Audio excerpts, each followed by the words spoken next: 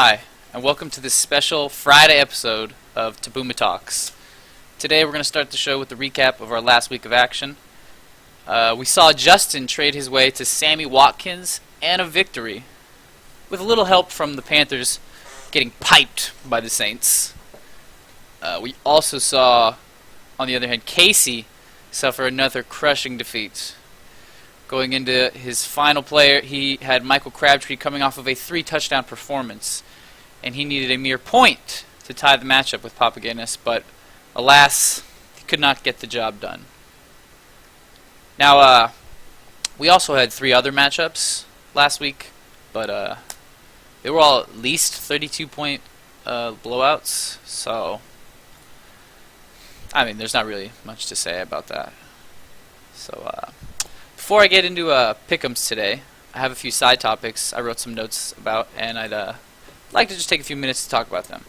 So, first and foremost, last week, Wednesday morning, our waivers processed out of order, and our commissioner quickly noticed, made the correct changes, went in, undid all the claims, and set another waiver transaction period for Thursday morning. So we all got to do our waiver transactions in the correct order before the Thursday game, which was big. It was great. Until we realized that all the players we dropped on Thursday were now on the waiver wire instead of free agents, like we had changed the rule from the previous years. So once again, our commissioners came in, saved the day. On Saturday night, before the London game on Sunday morning, they made all the players free agents so we could make all of our pickups before Sunday morning.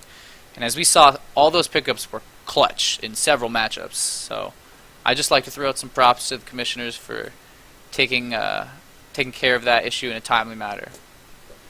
Second thing I'd like to talk about is now that I've given all these props out, I'd like to take them all back. It is now Friday, and we have no commissioner post. We have no pick'ems results post. Look, while I understand those aren't necessities of a fantasy league, we don't need those to get by every week. If we want to call ourselves a great league still, I think we need to put in consistent effort every week. The little things are what make Tabooma 2 better than all these other crap leagues that our other friends are in, you know? I just hope in the coming weeks we can bring a little bit more enthusiasm and energy to the league.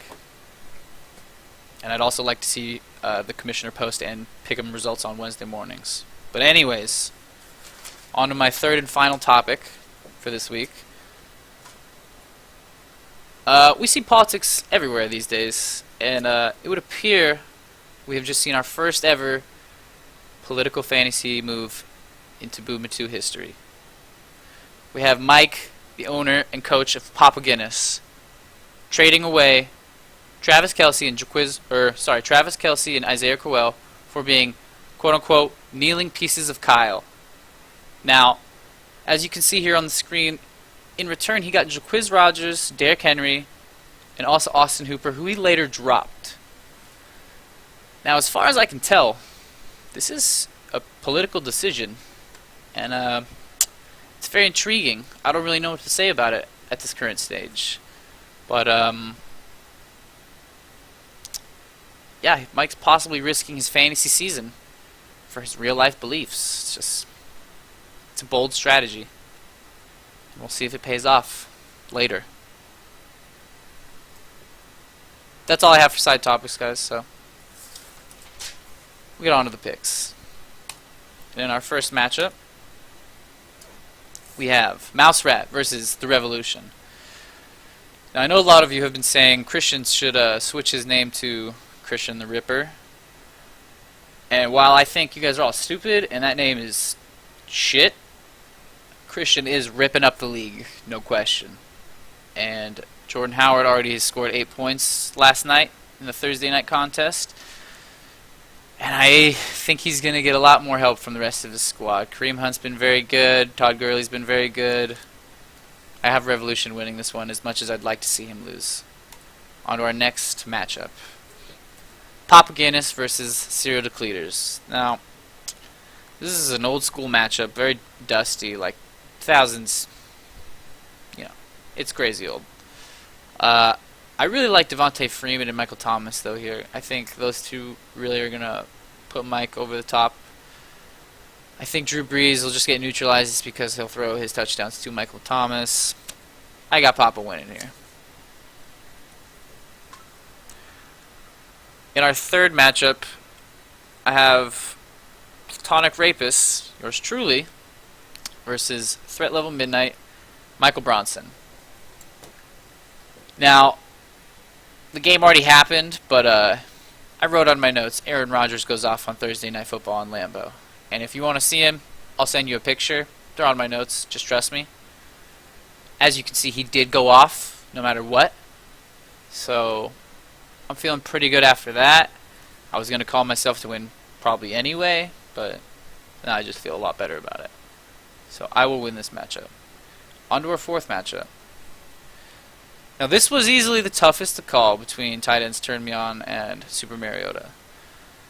I think just across the board, the matchups don't really favor one side or the other. Like, they each have their players who can, go off. So, because this was so close, and Casey being on the Vikes wagon couldn't convince me to pick him over Marcus, I decided to make fantasy history. And here, today, you will see the first ever live coin toss to decide a Pick'ems matchup. So, heads will stand for tight ends, tails for Super Mariota. I'm going to flip and then turn on my hand. So here we go, fantasy history. Okay, so I did this yesterday when it wasn't live, before my mom called, because I had to get my picks in. And it was Marcus then. It was just tails here. This would have been a lot better if it was really live, but my mom, this would have been better yesterday. Marcus is going to win that. In our final matchup, we have the Gathering Gloom versus the McAfrican Americans. And I'm sure all of you have looked at this matchup and seen the same things I've seen, and really all I have to say is, may Tom have mercy on Kyle and the Panthers' soul. That's it for Tabooma Talks today, guys. See you next week.